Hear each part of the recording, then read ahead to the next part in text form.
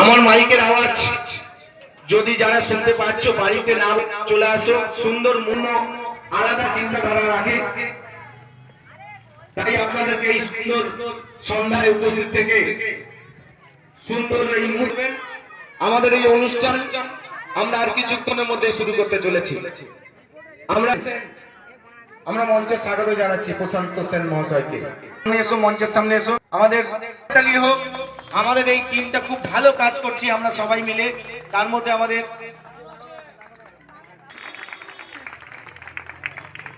ব্যাচের এবং উত্তরীয় পড়িয়ে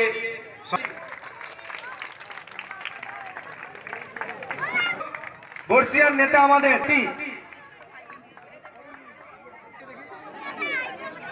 একটু জোরে হাততালি। আমাদের স্বাধীনদা দিয়েছে যার নাম, তার নাম হচ্ছে বিদ্যুৎ পোদ্দার। একটু জোরে হাততালি হবে। এই বিদ্যুৎ পোদ্দার বলছে দাদা তুমি খালি বের করে দাও, আমি বাকিটা দেখে নিচ্ছি পরিষেবা কি করে দিতে হয়।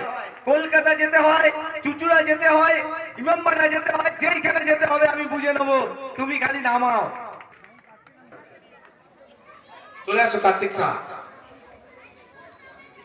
কৃষ্ণা গাইন একটু সামনে আসবে। কাল থেকে যাকে ডাক্তারের সাথে সাথে আমাদের যে বিশিষ্ট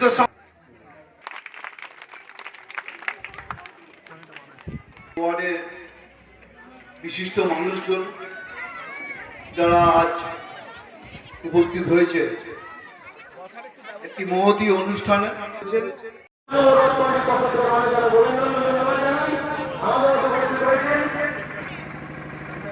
বিদ্যুৎ পোদ্দার একটু সামনে আসবে তো,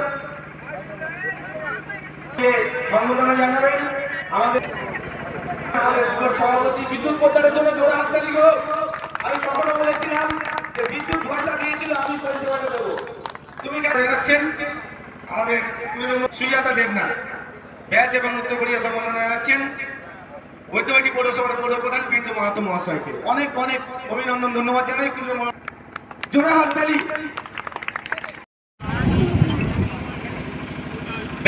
অভিনন্দন, ধন্যবাদ জানাচ্ছি। প্রশান্ত সেন মহাশয় পুষ্পস্তবক দিয়ে সম্বোধন আছে।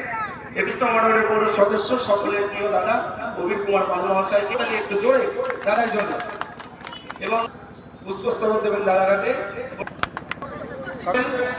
আমাদের ওয়ার্ড বিশিষ্ট সমাজসেবী ওয়ার্ডের তখন সকলের প্রিয় পৌর সদস্য হরিদাকে আমাদের আজকে যে অ্যাম্বুলেন্স শুভ উদ্বোধন, যেটা সম্পূর্ণ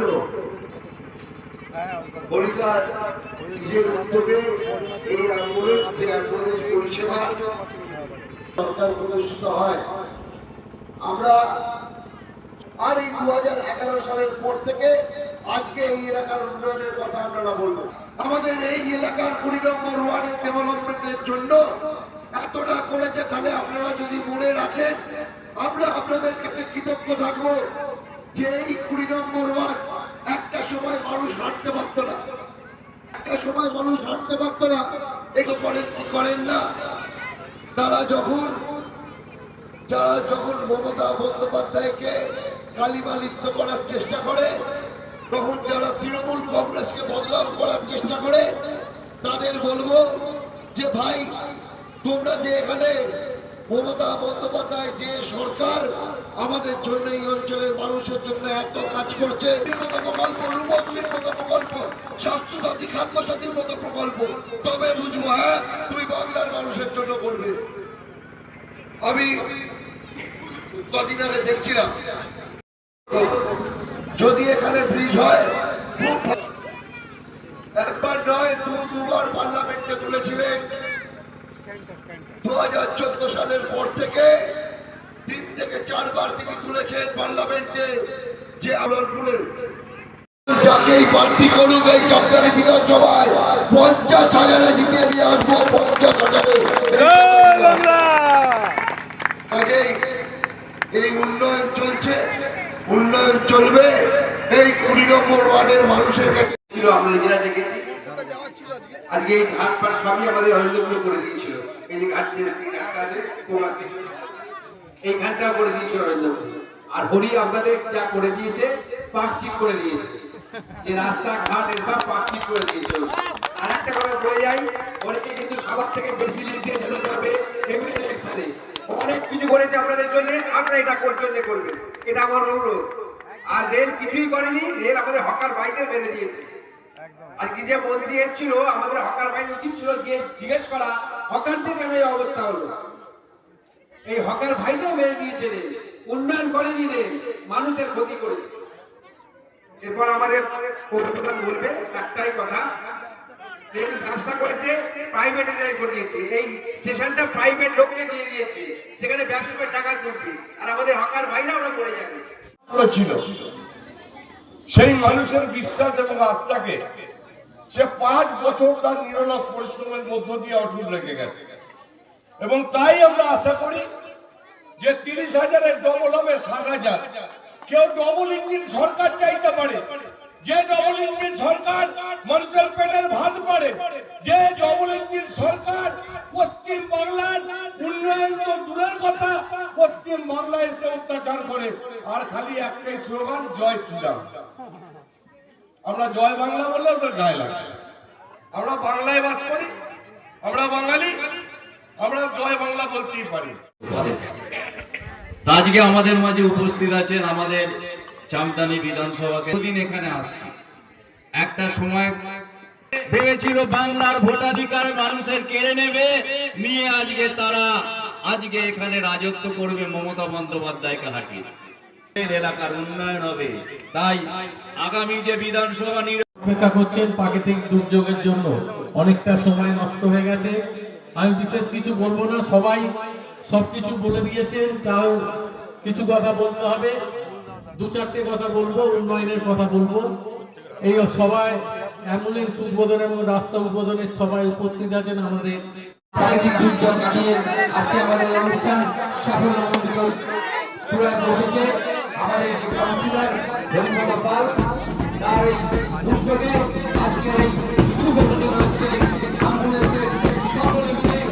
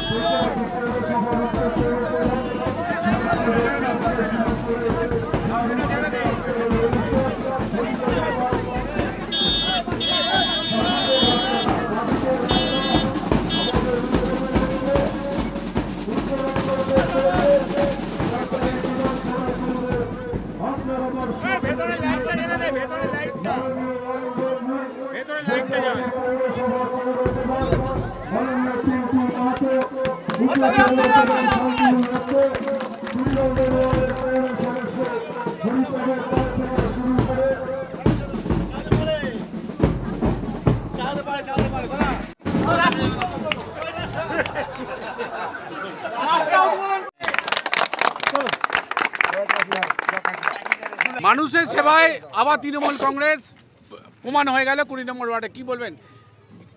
দেখুন, মানুষের সেবায় যদি কেউ থাকে এখনো পর্যন্ত 2011 সালের পর থেকে আজ পর্যন্ত, সেটা মমতা বন্দ্যোপাধ্যায় এবং তার সৈনিকরা, তৃণমূল কংগ্রেসের কর্মীরাই আছে, আর কেউ নেই। আপনি যখন সেবার কথা বলতে সেখানে বলি যে মানুষ যখন সবচেয়ে কষ্টে পড়েছিল সেটা ছিল কোভিড পিরিয়ড, সেটা ছিল লকডাউন পিরিয়ড।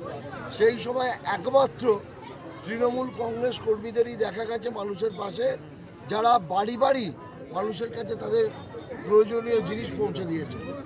কোভিডের সময় তখন কারুককে পাওয়া যায়নি, তৃণমূল কংগ্রেসের কর্মীরা যারা মানুষের যারা যুব কর্মীরা তারা মানুষের কাছে পৌঁছেছিল, তারা অক্সিজেন সিলিন্ডার পর্যন্ত তারা গিয়ে জীবনকে বিপন্ন করে পৌঁছে দিয়েছিল। যারা বড় বড় আজকের কথা বলে যে বিজেপির যারা চামুন্ডারা, যারা সিপিএম ছিল, যারা বিজেপি হয়েছে, তাদের বলি যখন 34 বছরে বামফ্রন্টের সাথে যখন লড়াই করছে মমতা বন্দ্যোপাধ্যায়, তখন বিজেপি কোথায় ছিল? দাদা, কদিন আগে তৃণমূল কংগ্রেস অভিযোগ করলো যে বিজেপি একটা পুরনো অ্যাম্বুলেন্স এনে ইয়েওয়াদি চালু করেছে। নির্বাচনের আগে একেবারে ঝকঝকে নতুন একটা অ্যাম্বুলেন্স হরিপদ পালের উদ্যোগে। বিষয়টা এখন বিজেপি কাজ করে না, শুধু বড় বড় ডায়লগ দেয়। সব নেতা ফেসবুক নেতা। একটা নেতা বলুন তো তার পাড়ায় কোনো সমর্থন আছে কি জিজ্ঞেস করুন তো, পাশের বাড়ির লোকের কোনো সহযোগিতা পায় না, তারা আবার বড় বড় কথা কি বলে শুনুন। তৃণমূল কংগ্রেস মানুষের কাছে আছে। তৃণমূল কংগ্রেস যেটা করছে নিজের চেষ্টায় আজকে এই হরিপদ পাল এই অ্যাম্বুলেন্সটা বার করেছে। এলাকার মানুষ শুধু নয়, এই শহরের মানুষ, আশেপাশের শহরের মানুষ পর্যন্ত উপকার পাবে। দাদা আরেকটা কথা, যে দেখা গেল ব্রিগেডের সভা থেকে মুখ্যমন্ত্রীকে অশালীন ভাষায় কথা বললেন মিঠুন চক্রবর্তী, কিন্তু আইসিইউ পাঠাবেন, কি বলবেন? বলছি যে নিজের একজন বড় শিল্পী, এ ব্যাপারে উনি একজন বড় শিল্পী, এ ব্যাপারে কোনো সন্দেহ নেই, কিন্তু কাকে কিভাবে সম্মান করতে, কারণ পশ্চিমবাংলার মানুষকে বিজেপি চক্রান্ত করে এসআইআর এর মাধ্যমে নাম বাতিল করার চেষ্টা করে তারা ভোটে ক্ষমতায় আসছে। একটা মানুষ এই পশ্চিমবাংলা তার গণতান্ত্রিক অধিকার কেড়ে নেওয়ার চেষ্টা করছে। যুদ্ধের জন্য নাকি গ্যাসের দাম বেড়েছে এবং রাজ্য সরকার আপনারা নাকি হচ্ছে জোরজবস্তি করে মানে সিলিন্ডারকে আটকে রেখে করছেন। যুদ্ধ হচ্ছে অন্য দেশে, হতে পারে অন্য দেশের যুদ্ধ, কিন্তু তার পরিকল্পনা থাকবে একটা সরকারের। যখন কেন্দ্রীয় সরকার সে যখন একটা ভারতবর্ষের মতো একটা রাষ্ট্রকে চালাচ্ছে, তখন আমার মনে হয় তার একটা দায়িত্ব থাকা উচিত ছিল কেন্দ্রীয় সরকারের। কেন্দ্রীয় সরকার এই বিষয়ে সম্পূর্ণ ব্যর্থ ব্যর্থ ব্যর্থ। দাদা লকেট চট্টোপাধ্যায় সবসময় চিন্তা করে যে পশ্চিমবাংলায় মহিলারা সুরক্ষিত নয়। কালকে ব্রিগেড সমাবেশে যাওয়ার আগে কর্মীরা শশীবাজার মন্ত্রীর বাড়িতে অ্যাটাক, কি বলবেন, কি চোখে দেখবেন? যারা বলছে যে পশ্চিমবাংলায় মহিলারা সুরক্ষিত নয়, একবার দয়া করে এনসিআরটির রিপোর্ট দেখতে বলুন যে সেফেস্ট সিটি যদি কোথাও হয় পশ্চিমবাংলা, সেটা হলো কলকাতা।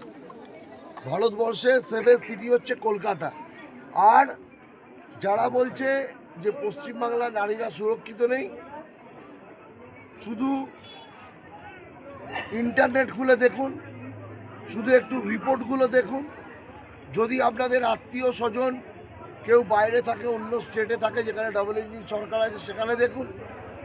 একটুখানি আপনারা সোশ্যাল মিডিয়া অ্যাক্টিভ হলেই দেখতে পাবেন যে উত্তরপ্রদেশ থেকে শুরু করে যে রাজ্যে বিজেপি শাসিত রাজ্য, ডাবল ইঞ্জিনের রাজ্য, সেখানে নারীরা কীভাবে অত্যাচারিত, নিপীড়িত আপনারা দেখতে পাবেন। আমি দুদিন আগেই উত্তরপ্রদেশের এক মহিলা, যিনি পশ্চিমবাংলায় থাকেন এখন বর্তমানে, তিনি বলছিলেন কোনো ইন্টারভিউতে, বলছে এমন কোনো উত্তরপ্রদেশের মহিলা নেই যারা অত্যাচারিত হয় না সেখানে। কাজেই যারা কথায় আছে চোরের মায়ের বড় গলা, আর সে ঠিক হচ্ছে এই বিজেপি, যারা মহিলাদের উপর অত্যাচার চালায় আর এই পশ্চিম বাংলাকে বদনাম করার চেষ্টা করে। আগের দিন মিটিংয়ে যাওয়ার আগে যেভাবে বিজেপির কর্মীরা পশ্চিমবঙ্গের একজন মাননীয় মন্ত্রী শশীবাজার বাড়ির ওপর, শুধু তাই নয়, একটা রেপুটেড ফ্যামিলি, উনি একজন মহিলা, একজন ডাক্তার, তার বাড়ির ওপর যেভাবে অত্যাচার চালানো হলো, যেভাবে ভাঙচুর করা হলো, এটা লজ্জার। আর একথাও বলি, আজকে পশ্চিমবাংলার মানুষের এটা জেনে রাখা উচিত যে এই বিজেপি কোনোদিন যদি ক্ষমতায় আসে, সাধারণ মানুষের ওপর একইভাবে অত্যাচার হবে। করেছিলাম, তাতে বহু মানুষ উপকৃত হয়েছিল। কিন্তু এমার্জেন্সিভাবে যদি তাড়াতাড়ি করে যেতে হয় পেশেন্টকে নিয়ে, এবং যদি সেটা কলকাতায় যেতে হয়, তাহলে ওই টোটোর ওপরে ভরসা করে যাওয়া যাচ্ছিল না। তাই আমি এলাকার মানুষ আমাকে বলছিল যাতে কলকাতায় বা দূরে কোথাও যদি পেশেন্টকে নিয়ে যেতে হয়, তার একটা ব্যবস্থা করা যদি যায়। আমাদেরকে বহুদিন ধরেই আমাদের এলাকার মানুষ আমাকে বলছিলেন, কিন্তু এই স্বপ্ন আজকে পূর্ণ হলো। মানুষের চাহিদা মতো তারা আজকে আমরা এই তার শুভ উদ্বোধন করলাম। আমাদের একটা ambulance, AC, eco AC ambulance, এবং সঙ্গে অক্সিজেনও থাকবেন। আর খুব কম পয়সায় আমরা কলকাতায় নিয়ে যাব। সামান্য মাত্র একটু তেল খরচা এবং ড্রাইভারের খরচা লাগবে। আর এলাকায় যে লোকাল এলাকায় মানে ওয়ালস বলুন, চুচড়া বলুন, চন্দননগর, শ্রমজীবী, এই সমস্ত যে লোকাল আছে, সেখানে সম্পূর্ণ বিনা পয়সায় ফ্রিতে মানুষকে পরিষেবা দেয়। এটা কি শুধু 20 নম্বর ওয়ার্ডের জন্যই এই বিনামূল্যে পরিষেবা, না বৈদ্যবাটী পৌরসভা? টোটাল বৈদ্যবাটী পৌরসভা জুড়েই এটা পরিষেবা দেওয়া হয়। এই টোটোটাও আমি এর আগে বৈদ্যবাটী পৌরসভা জুড়েই দিয়ে এসেছিলাম, তো এটাও বৈদ্যবাটী পৌরসভা জুড়েই। এবং যদি বৈদ্যবাটী পৌরসভার বাইরেও যদি কোনো প্রয়োজন হয়, তো আমরা পিছিয়ে থাকবো, আমরা সেখানেও দেবো। এবং তার পাশাপাশি রাস্তারও হ্যাঁ, দেখুন, সবথেকে মানে এই রাস্তার সবথেকে প্রয়োজন ছিল। আমরা আমাদের আরএমসি থেকে এটাকে আমরা আবেদন করেছিলাম, সেখান থেকে এই রাস্তাটা করে দিয়েছেন, এবং আজকে তার শুভ উদ্বোধন হলো। তার সাথে সাথে আমাদের আরও কিছু রাস্তা রেডি হয়েছে, যেগুলো পথশ্রীতে ছিল। 2,55,00,000 টাকা তার কাজ চলছে। কয়েকটা রাস্তা মাত্র কমপ্লিট হয়েছে, এখনও কাজ চলছে। আমাদের পাড়া আমাদের সমাধান, যে একটা অভিনব যে প্রকল্প মমতা বন্দ্যোপাধ্যায় বাংলার মুখ্যমন্ত্রী, তারা ওনার মাথা থেকে যে বেরিয়েছেন, এটা বিশেষ করে আমাদের পিছিয়ে পড়া ওয়ার্ড, আমরা গর্ব করে বলছি আমাদের এটা আমাদের উন্নতি হয়েছে, আমাদের কাজে লেগেছে। কেন, মানুষের কোথায় রাস্তা দরকার, কোথায় ড্রেন দরকার, কোথায় আলো দরকার, এটা মানুষ লিখিতভাবে জমা করেছিলেন, না সেই মতোই কাজ হয়েছে। বুথ ভিত্তিক 10 লক্ষ টাকা করে যে স্যাংশন, আজকে আমার ওয়ার্ডে 8টা বুথ, আমি 80 লক্ষ টাকার কাজ পেয়েছি। যেখানে 5টা বুথ সেখানে 5 পেয়েছে, যেখানে 2টো বুথ সেখানে 20 পেয়েছে। কিন্তু আমাদের ওয়ার্ডটা যে বড় এবং পিছিয়ে পড়া ওয়ার্ড, সেক্ষেত্রে মমতা বন্দ্যোপাধ্যায় যেভাবে টাকাটা দিয়েছেন, তাতে আমরা খুব উপকৃত। দাদা, 80 লক্ষ টাকা কাজ হবে, উন্নয়ন হবে ওয়ার্ডে, কিন্তু আজকে বিধায়ক এবং পৌরপ্রধান বলে গেলেন যে, বা শহর তৃণমূল কংগ্রেস বলে গেলেন যে তারা হাইয়েস্ট ভোটে জিতবে, সেটাই কি কথা রাখবেন? দেখুন, আমাদের ওয়ার্ডের সাধারণ মানুষ যারা আছেন না, তারা আমি একটা যদি কথা বলে দিই সেটা রাখার চেষ্টা করেন, এবং আমার ডাকে সবাই সেই জায়গায় সাড়া দেন। সেই হিসাবে একটা ভরসা রাখছি যে আমরা এই যে ফার্স্ট সেকেন্ড থার্ড হতে পারলে আমাদের একটা স্পেশাল ফান্ড দেবেন, এমএলএ নিজে বলেছেন। এইটা আমরা চেষ্টা করব ফার্স্ট সেকেন্ড থার্ডের মধ্যে আমরা একটা জায়গায় থাকবো, এটা আমাদের আশা। কেন, কাজ আমাদের ওয়ার্ডে দরকার, আর আমার ওয়ার্ডের মানুষ এই কাজের জন্যই আশা করছি তৃণমূল কংগ্রেসকে 2026-এ যে 29শে এপ্রিল ভোট, সেই ভোটে। এবং আপনি নয় বলেন যে আমরা ভালোভাবে করব, মানে তারাই করবে। দেখুন, এটা হতে পারে, কিন্তু আমার যেহেতু বড় ওয়ার্ড এবং আমাদের পিছিয়ে পড়া ওয়ার্ড, আমাদের এখানকার কাজের দরকার। মানুষ তো কাজের জন্য চাইবে যে এই মানুষ এলে বা এই জায়গায় এলে আমরা উন্নয়নটা পাবো। সেই হিসেবে এটা স্পেশাল ফান্ড পাওয়ার জন্য এলাকার মানুষ আশা করি আমাদেরকেই সমর্থন করবে বা আমার কথা মতোই ভোটটা দেবে, যেহেতু তাদের কাজের দরকার আছে।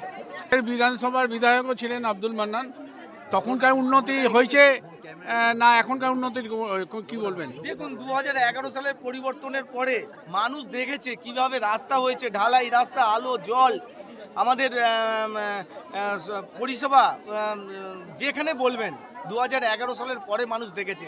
মানুষ জানতো নাকি আপনার ওয়ার্ড আসতে হাইম্যাক্সও রয়েছে, একটা বোন কন্যাশ্রী পাবে, কেউ জানতো নাকি লক্ষ্মীর ভান্ডার পাবে। এখানে তো 19টা রাজ্যে 21টা রাজ্যে ওরা ক্ষমতায় আছে, ওরা একটা রাজ্যে ক্ষমতা চালু করতে পেরেছে? দেখুন, উল্টে গ্যাসের দাম বাড়িয়ে দিল। এমনভাবে গ্যাসের দামটা বাড়ালো, সঙ্গে সঙ্গে বলে দিল 25 দিনের আগে বুক হবে না। মানুষ আগে গ্যাসটা জোগাড় করবে না দাম দেখবে। মানুষকে এইভাবে হয়রানি, এসআইআর নিয়ে মানুষকে লম্বা লাইনে দাঁড়াতে হয়েছে, আধার কার্ডের সঙ্গে ব্যাংকের লম্বা লাইনে দাঁড়াতে হয়েছে, প্যান কার্ডের লাইনে দাঁড়াতে হয়েছে। তাহলে একদিকে দিদি মানুষের জন্য দিচ্ছেন, আর ওদিকে মোদি টাকা মানুষের থেকে কেটে নিচ্ছেন। এটাই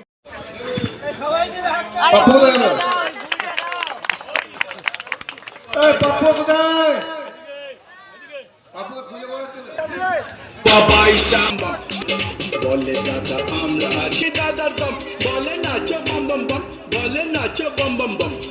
আমরা দাঁড়িয়ে আছি বৈদ্যবাটি পৌরসভার 20 নম্বর ওয়ার্ডে। আপনারা জানেন যে একদিকে ভোটের দিন দামামা বেজে গেছে, কিন্তু উন্নয়নে কী করতে তৃণমূল কংগ্রেস থামেনি। 20 নম্বর ওয়ার্ডে কাউন্সিলর হরিপদ পাল আজকে আমাদের মধ্যে রয়েছেন এবং কর্মীরাও রয়েছেন। কর্মীরা কতটা খুশি না খুশি তার জন্য একটু কথা বলে নেব, যে যেভাবে উন্নয়ন করছে, যেভাবে রাস্তা হচ্ছে, যেভাবে অ্যাম্বুলেন্স হচ্ছে, মানুষের সেবা, অ্যাম্বুলেন্সটা সত্যি মানুষের সঙ্গে দরকার। এবং কথা বলে নেব যে আজকে দাদা আপনাদের পাশে কতটা খুশি হলেন আজকে উদ্বোধন এই অ্যাম্বুলেন্স?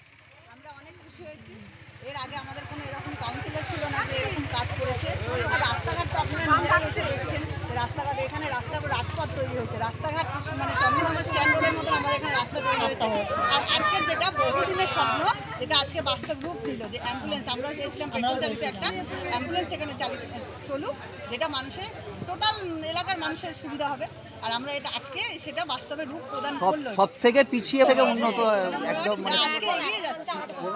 আর আমাদের এক কথা সবথেকে বড় জিনিস, এক কথা আমাদের 20 নম্বর ওয়ার্ডের ভগবানই।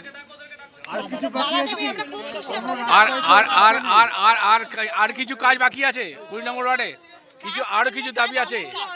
আচ্ছা, আরো কাজ উনি করবেন ভবিষ্যতে, এখনো আছে, উনি আরো কাজ করবেন, আমরা চাই করবেন, আর আমরা তো আছি আচ্ছা। তাহলে দেওয়ার জন্য। 29 তারিখে কি রেজাল্টটা কেমন হবে? 29 এপ্রিল তারিখে রেজাল্ট যা পেয়েছিলাম আশা করি তার থেকে ডবল হবে। আর 4 তারিখে আবার সবুজ হবে।